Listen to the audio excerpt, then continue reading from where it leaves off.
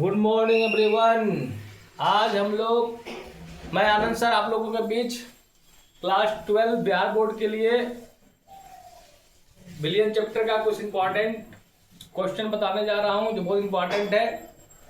तो आज to the point बात करते हैं क्योंकि समय का अभाव रहता है, आपके पास भी ज़्यादा समय नहीं है और ज़्यादा आप लोग बकवास सुनना भी पसंद नहीं करते हैं। तो आज का जो चैप्टर है जिसका इंपॉर्टेंट क्वेश्चन कुछ कराया जाएगा, उस चैप्टर का नाम है बिलियन सॉल्यूशन। तो पहला क्वेश्चन इंपॉर्टेंट में है आपका, वह है मूल प्रभाज। मूल प्रभाज या मूल अंश की व्याख्या करें। मूल अंश की व्याख्या करें। 2 मार्क्स में आएगा। तो आपका मूल प्रभाज या मूल अंश क्या होता है? मूल अंश, मूल प्रभाज का मतलब होता है, मूल अंश मतलब भाग।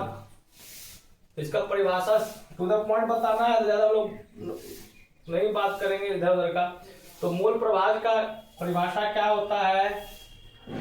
किसी बिलियन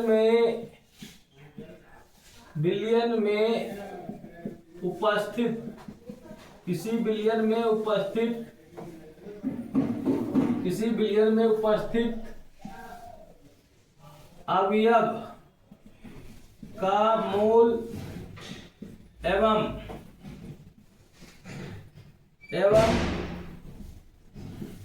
किसी बिलियन में उपस्थित अवयव का मूल एवं बिलियन के कुल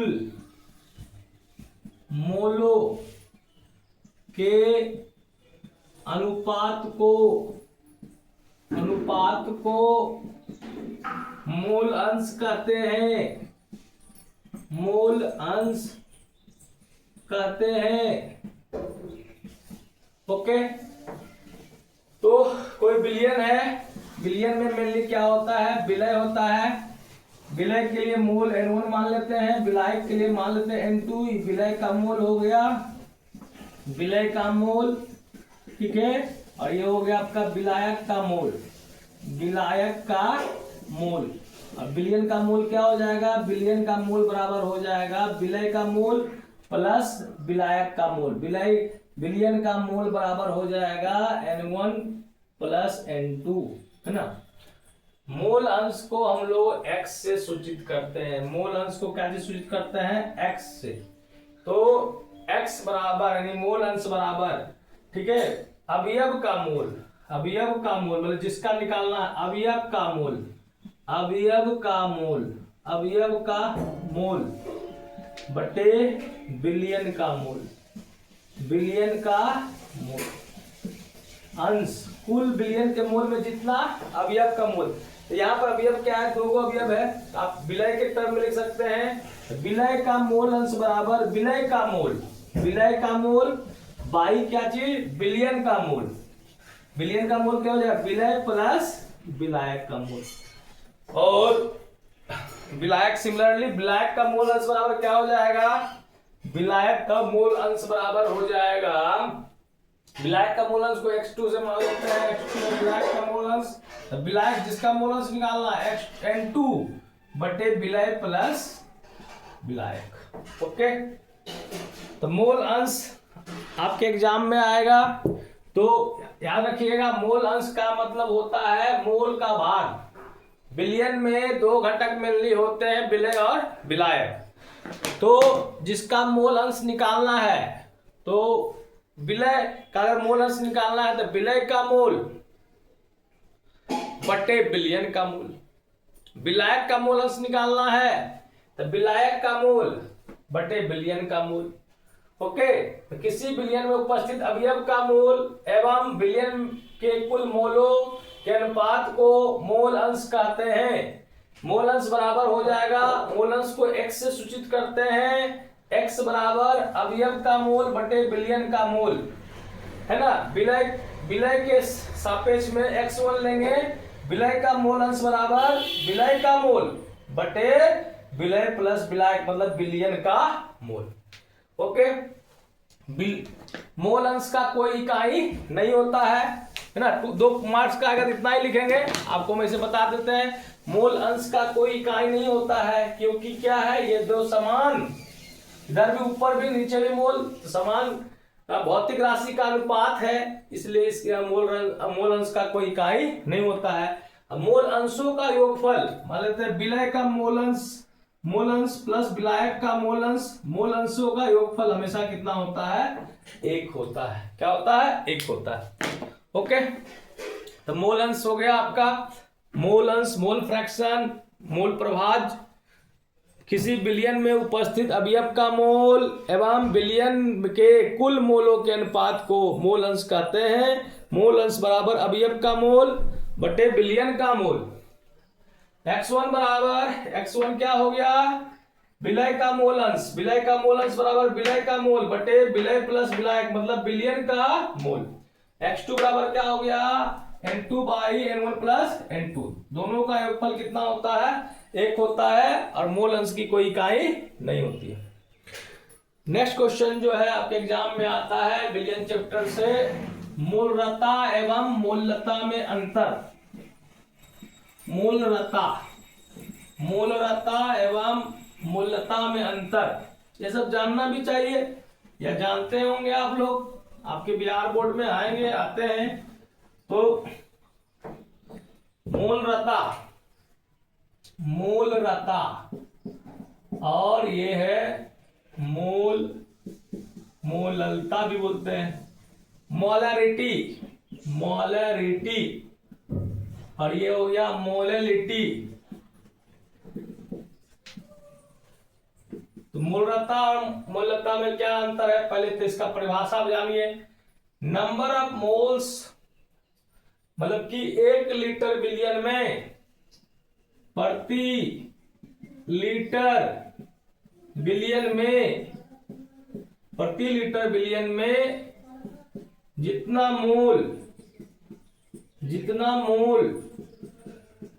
विलय का घुला हुआ रहता है, विलय का घुला हुआ रहता है, उसे मूलरता कहते हैं। परिभाषा याद कर लीजिए, प्रति लीटर विलयन में जितना विलय का मोल है ना घुला रहता है उसे ही क्या कहते हैं, मूलरता कहते हैं। प्रति केजी विलायक में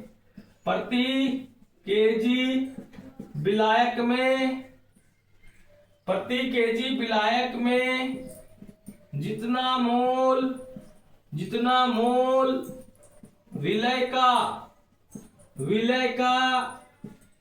विलय का उपस्थित रहता है उसे मोललता कहते हैं। उसे क्या कहते हैं, मोललता कहते हैं। ऐसा एकदम नोट कॉपी बना लीजिएगा, एकदम इंपॉर्टेंट सारे हैं, आपके एग्जाम में आने की संभावना बहुत ज्यादा है। तो मूलरता को क्या से सूचित, मूलरता को कैपिटल M से सूचित किया जाता है, जबकि मोललता को स्मॉल m से सूचित किया जाता है। मूलरता बराबर क्या बोला, विलय का मोल बटे विलयन का आयतन। विलयन का आयतन क्या चीज में, लीटर में। प्रति लीटर, प्रति ये डंडा हो गया, प्रति डंडा हो गया, प्रति लीटर विलयन नीचे हो गया विलयन, प्रति लीटर विलयन में विलय का मोल के लिए N1 माने, विलय का मोल जितना घुला हुआ रहता है प्रति लीटर विलयन में, डंडा हो गया प्रति लीटर विलयन में जितना विलय का मोल घुला हुआ रहता है, उपस्थित रहता है, उसे ही क्या कहते हैं, मूलरता कहते हैं। मोललता डंडा के लिए प्रति केजी विलायक के लिए हम लोग क्या डालते हैं, W2 प्रति केजी में लिखते हैं, प्रति केजी विलायक में जितना मोल विलय का N1 घुला रहता है, उसे ही हम क्या कहते हैं, मोललता कहते हैं। ओके, और पॉइंट लिख सकते हैं। आप देखते हैं ये मोल क्या है, मोल बराबर क्या होता है, दिया हुआ भार बटे आणविक द्रव्यमान होता है। बिलियन में दिया हुआ भार बटे आणविक द्रव्यमान। और ये क्या आयतन है, मतलब ये क्या है, मोल एवं आयतन, जो ये द्रव्यमान एवं आयतन का संबंध है। दूसरा पॉइंट में लिखिएगा, यह द्रव्यमान एवं आयतन का संबंध है, यह द्रव्यमान एवं आयतन का संबंध है। लिख लीजिएगा, यह द्रव्यमान एवं आयतन का संबंध है। और यहाँ लिखिएगा थर्ड पॉइंट में, ये द्रव्यमान है, दिया हुआ भार बटे आणविक द्रव्यमान, विलायक का मोल बराबर होता है दिया हुआ भार बटे आणविक द्रव्यमान। W2 विलायक का द्रव्यमान, ऊपर भी द्रव्यमान नीचे भी द्रव्यमान, मतलब ये द्रव्यमान एवं द्रव्यमान का संबंध है। ये द्रव्यमान मूलता जो होता है, द्रव्यमान आयतन का संबंध होता है, जबकि मूलता जो होता है द्रव्यमान द्रव्यमान का संबंध होता है। नंबर 4 में डिफरेंस लिख सकते हैं। देखिए ये आयतन है, जो सामान्यता आयतन जो होता है ताप बढ़ने से क्या करता है, परिवर्तित हो जाता है। ताप बढ़ने से क्या करता है, सामान्यता आयतन क्या करता है, बढ़ता है। जैसे हम लोग किसी चीज को गर्म कर देते हैं, उसके मॉलिक्यूल्स क्या होते हैं, दूर दूर होते हैं, उसके पार्टिकल्स दूर दूर होते हैं, मतलब उसका आयतन ज्यादा है। तो ये ताप पर निर्भर करता है। ताप बदलिएगा तो मूलता का भी वैल्यू क्या करेगा, बदलेगा। यह तापमान से प्रभावित होता है। तापमान से क्या होता है, यह तापमान से प्रभावित होता है। यह तापमान से प्रभावित होता है। क्यों होता है, क्योंकि द्रव्यमान आयतन का संबंध है। सामान्यतः ताप बढ़ाने से आयतन बढ़ता है और मूलता क्या करता है, घटता है। ताप बढ़ाने से सामान्यतः हमेशा नहीं, ताप बढ़ने से आयतन बढ़ेगा, मूलता क्या करेगा, घटेगा। तापमान से प्रभावित होता है। और ये आपका जो है मूलता द्रव्यमान द्रव्यमान का संबंध है, यह तापमान से प्रभावित नहीं होता है। यह तापमान से प्रभावित नहीं होता है। क्यों नहीं होता है, क्योंकि यह द्रव्यमान द्रव्यमान का संबंध है। क्योंकि ताप बढ़ाने से घटाने से द्रव्यमान में कोई परिवर्तन नहीं होता। ठीक है, आप यह मूलता क्या है, इकाई है, भौतिक इकाई है। तो मूलता क्या होगा, तापमान से प्रभावित होता है। मतलब एक ही बिलियन के लिए 20 डिग्री सेल्सियस पर मूलता का मान अलग होगा, एक ही बिलियन के लिए आपका उसी का 30 डिग्री सेल्सियस पर मूलता का मान अलग होगा। मतलब यह क्या है, अधिक विश्वसनीय इकाई नहीं है। मूलता क्या करता है, तापमान बढ़ने से क्या करता है, बदलने से बदल जाता है। दो तरह का होता है, एक आदमी क्या होता है, विश्वसनीय होता है। वैसा आदमी देखिए, एक आदमी क्या होता है, अविश्वसनीय होता है। मर्डर हो गया और जैसे ही मतलब कि बोला हाँ हम बोलेंगे कि मर्डर हुआ है, लेकिन जैसे ही कोई दबंग आदमी आ जाता है, बोलमी तो बोला नहीं बोलेंगे, बोलमी नहीं बोलेंगे, है ना, मतलब डर जाता है, मतलब बदल गया। लेकिन एक आदमी होता है कि कोई दबंग भी आदमी आता है, तब भी वो बोलता है कि नहीं मर्डर हुआ है, क्राइम हुआ है, हम उसको बोलेंगे। ये आपका मूलता जो है द्रव्यमान द्रव्यमान का संबंध है, यह आपका अधिक विश्वसनीय इकाई है। ओके, फिर से बार रिकॉल कर देते हैं, मूलरता एवं मूललता। मूलरता, रता आयतन है, मूलरता आयतन है। मोल बटे आयतन, मोल बटे आयतन, मोल बटे आयतन। किसका मोल, विलय का मोल। किसका आयतन, बिलियन का आयतन। प्रति लीटर बिलियन में जितना मोल विलय का उपस्थित रहता है, इसे ही मूलरता कहते हैं। ठीक है, ये सब माइंड में रख लीजिए, है ना। नंबर 2 द पॉइंट जो है आपके बोर्ड में जो आएंगे उसको आपको क्या करना है, लिखना है। वहां पर आपका मार्क्स अच्छा आ जाएगा, बोर्ड में सफल हो जाएंगे। तो यहाँ मोललता है, मूललता तो मूल तो है ही है, लेकिन नीचे क्या है आपका द्रव्यमान है। यहाँ पे डंडा प्रति केजी क्या चीज में, विलायक में उपस्थित विलय के मोलों की संख्या को ही क्या कहते हैं, मूललता कहते हैं। मूलरता को बड़की एम से सूचित करते हैं, मूललता को छोटकी एम से सूचित करते हैं। मूलरता बराबर N1 बटे V, मतलब विलय का मोल बटे बिलियन का आयतन। यहाँ पर हो जाएगा विलय का मोल बटे विलायक का आयतन। यहाँ पर मोल मतलब होता है विलय का मोल बराबर होता है विलय का द्रव्यमान बटे विलय का आणविक द्रव्यमान। मतलब कि मोल कहीं ना कहीं द्रव्यमान के रूप में होता है। नीचे जो है यहाँ पर आयतन, यहाँ आयतन भी क्या है, द्रव्यमान है, सॉरी आयतन है। मतलब ये द्रव्यमान और आयतन का संबंध है। और द्रव्यमान आयतन का संबंध है तो आप देख सकते हैं यहाँ आयतन जो होता है वो ताप बदलने से क्या करता है, बदलता है। सामान्यतः ताप बढ़ाने से आयतन क्या करता है, बढ़ता है। एक जस्ट मिनट।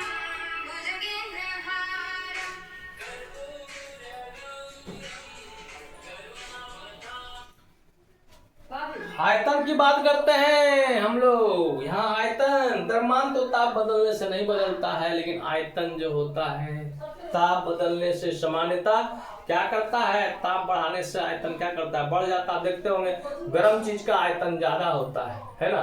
गर्म खाना जो होता है सुबह में जो गरम गरम होता है एकदम वो लहराता रहता है एकदम, आयतन उसका क्या हो जाएगा। शाम में क्या हो, टेम्परेचर कम, उसके पार्टिकल्स क्या हो गए, नजदीक आ गए हैं, मतलब आयतन क्या हो गया है, घट गया है। इसका मतलब आयतन बढ़ेगा तो मूर्णता क्या करेगा, घटेगा।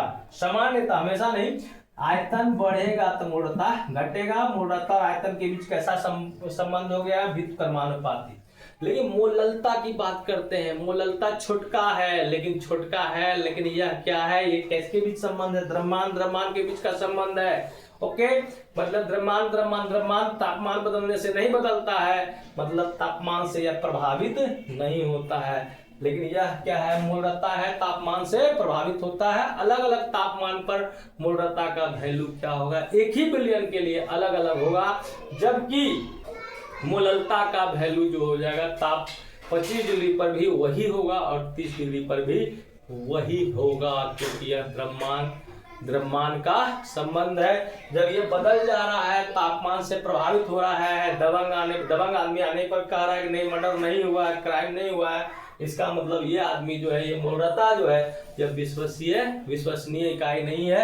ये क्या है आपका मतलब उतना ज्यादा अच्छा इकाई नहीं है। जबकि मोललता जो होता है ये क्या है, कि कोई भी आ जाता है तब भी कहता है कि क्राइम हुआ है, तापमान से कोई प्रभावित नहीं होता है।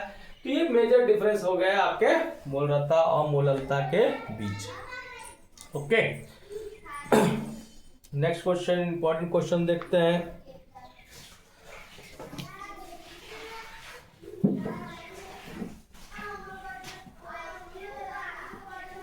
सबको इसको नोट कॉपी में लिख लीजिएगा, सबको याद कर लीजिएगा। आपका ये सब क्वेश्चन इंपॉर्टेंट है, प्रीवियस में ईयर में आए हुए हैं और आने की संभावना बढ़ जाती है। नेक्स्ट क्वेश्चन है, क्यों किसी तरल में उड़नशील ठोस घुल डालने पर उसके वाष्प दाब में कमी आ जाती है। क्वेश्चन है, क्यों किसी तरल घोल में उड़नशील ठोस घुल डालने पर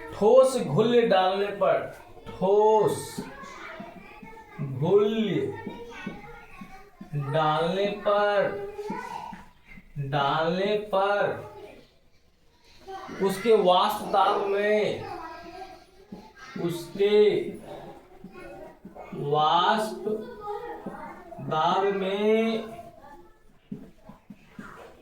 कमी आ जाती है। ठीक है, तो पहले क्वेश्चन को बढ़िया से पढ़ेंगे हम लोग का। क्या क्वेश्चन का था, क्यों किसी तरल घोल में लिक्विड सॉल्यूशन है, सॉलिड नहीं है, गैस नहीं है, लिक्विड सॉल्यूशन है, तरल घोल में उड़नशील का मतलब होता है वाष्पशील भी लिख सकते हैं, जो उड़ जाए। तरल घोल में वाष्पशील ठोस घुल, मतलब क्या, वैसा घुल जो गरम करेंगे तो क्या करे, उड़ जाए, है ना। ठोस चीज है और गरम करेंगे तो उसको क्या करेंगे, उड़ जाए, उसको कहते हैं वाष्पशील, है ना। वाष्पशील घुल, एक होता है अवाष्पशील घुल। जैसे पानी में अगर हम लोग चीनी डालेंगे तो चीनी तो नहीं उड़ेगा, यस, नहीं उड़ेगा। लेकिन हम लोग वैसा ठोस डाले हैं जो पानी को मतलब कि वो गर्म करेंगे तो वो क्या करेगा, पानी से क्या हो जाएगा, उड़ जाएगा। पानी से क्या हो जाएगा, वो सॉलिड जो है वो गायब हो जाएगा, तो उसको उड़नशील कहेंगे। ठोस घुल डालने पर उसके वाष्प दाब में क्या हो जाता है, कमी आ जाती है। तो देखते हैं वाष्प दाब में कैसे कमी आती है। पहले तो समझते हैं वाष्प दाब होता क्या है। ठीक है, तो वाष्प दाब क्या होता है? देखिए, मान लेते हैं कोई क्या है, शुद्ध विलायक है, नहीं सिर्फ जल है, शुद्ध विलायक है, कुछ विलायक अगर नहीं दिया हुआ है तो सबसे अच्छा सॉल्वेंट जो है आपका H2O है, जल। जब इसको हम लोग गर्म करते हैं, हिट करते हैं, गर्मा तो ये गुस्सा आ जाता है, गुस्साने के बाद ये वाष्प बन जाता है। गुस्सा करके क्या हो गया, वाष्प बन गया। ये आपका कंटेनर बंद है, कंटेनर बंद है। और ये वाष्प फिर क्या होता है, फिर संघनित होके कंडेंस होके फिर क्या बनता है आपका लिक्विड। फिर ये क्या बनता है, वाष्प रिवर्सेबल हो जाता है। और एक ऐसा अवस्था होता है कि जल से वाष्प बनने का दर, वाष्प से जल बनने का दर बराबर हो जाता है। उसको कहते हैं साम्यावस्था। साम्यावस्था बोला जाता है इक्विलिब्रियम। साम्यावस्था इक्विलिब्रियम बोला जाता है, इक्विलिब्रियम, इक्विलिब्रियम। और इक्विलिब्रियम पर ये जो वाष्प है, इसके सतह पर, द्रव के सतह पर जितना दाब लगाता है वही उसका क्या कहलाता है, वाष्प दाब, P0 वाष्प दाब। मतलब कह सकते हैं नियत ताप पर साम्यावस्था में वाष्प के द्वारा द्रव की सतह पर लगाए गए दाब को वाष्प दाब कहते हैं। मतलब वाष्प भी क्या कर रहा है, इसकी सतह पर एक दाब लगा रहा है। इसका मतलब क्या हुआ, जितना ज्यादा पार्टिकल्स वाष्पशील होगा उतना ही ज्यादा वो क्या करेगा, वाष्प के दाब को लगाएगा। ठीक है, अब तो ये शुद्ध था। पहले मान लेते हैं हम थे, अकेले हम थे, अकेले हम कमाते थे, हम जल थे, जल थे, जल अकेले कमाते थे। अब क्या हो गया, मेरी मेहरारू भी कमाने लगी।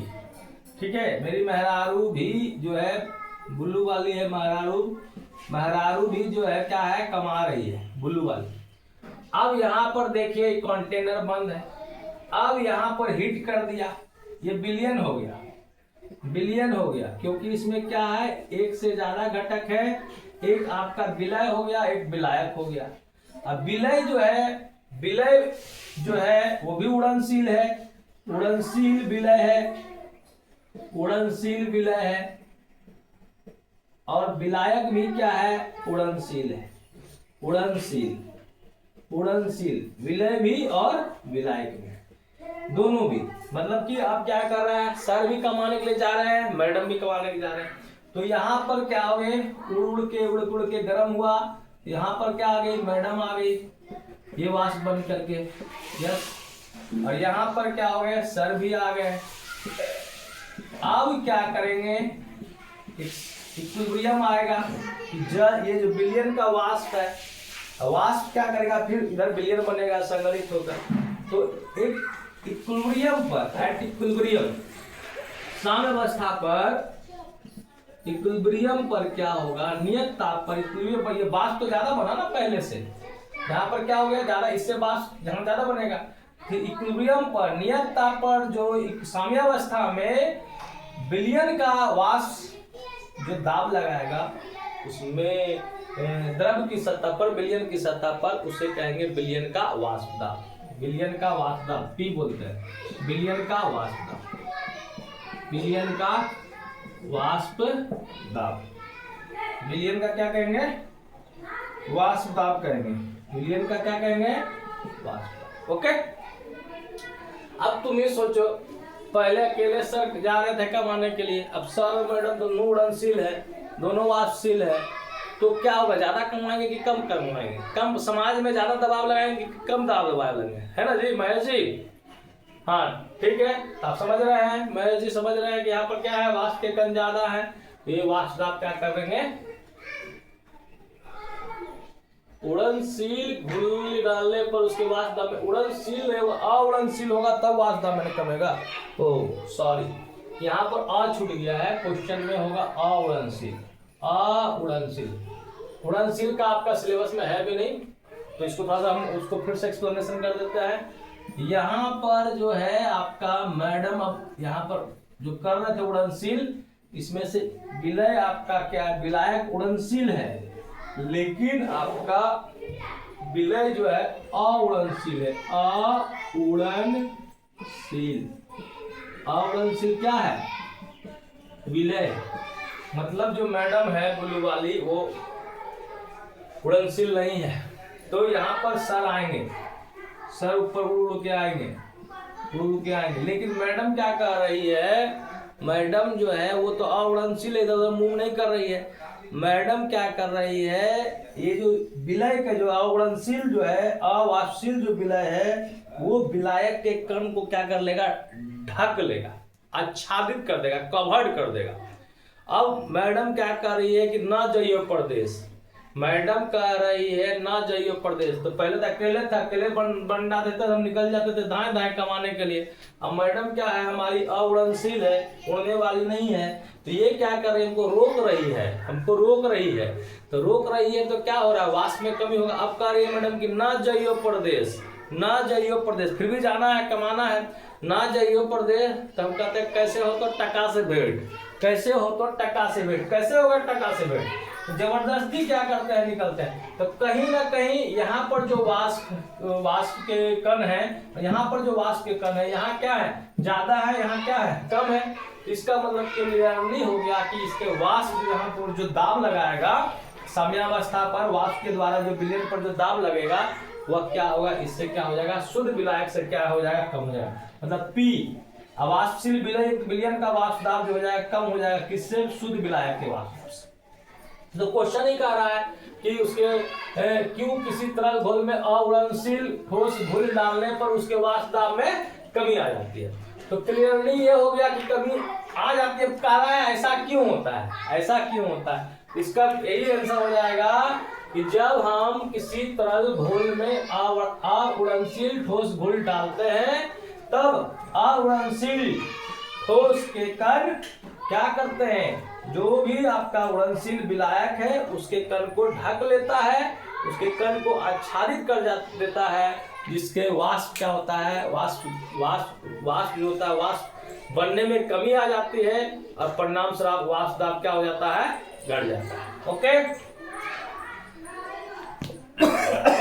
आपको समझ में आ गया होगा। समय का अभाव है मेरे पास, फिर मैंने समय निकाल के पढ़ा रहा हूँ। आपको अच्छा लग रहा है मेरा वीडियो तो लाइक करें, सब्सक्राइब करें। Thank you for watching my video. लगातार ये क्लास चलता रहेगा, आप लोग देखते रहें। थैंक्स।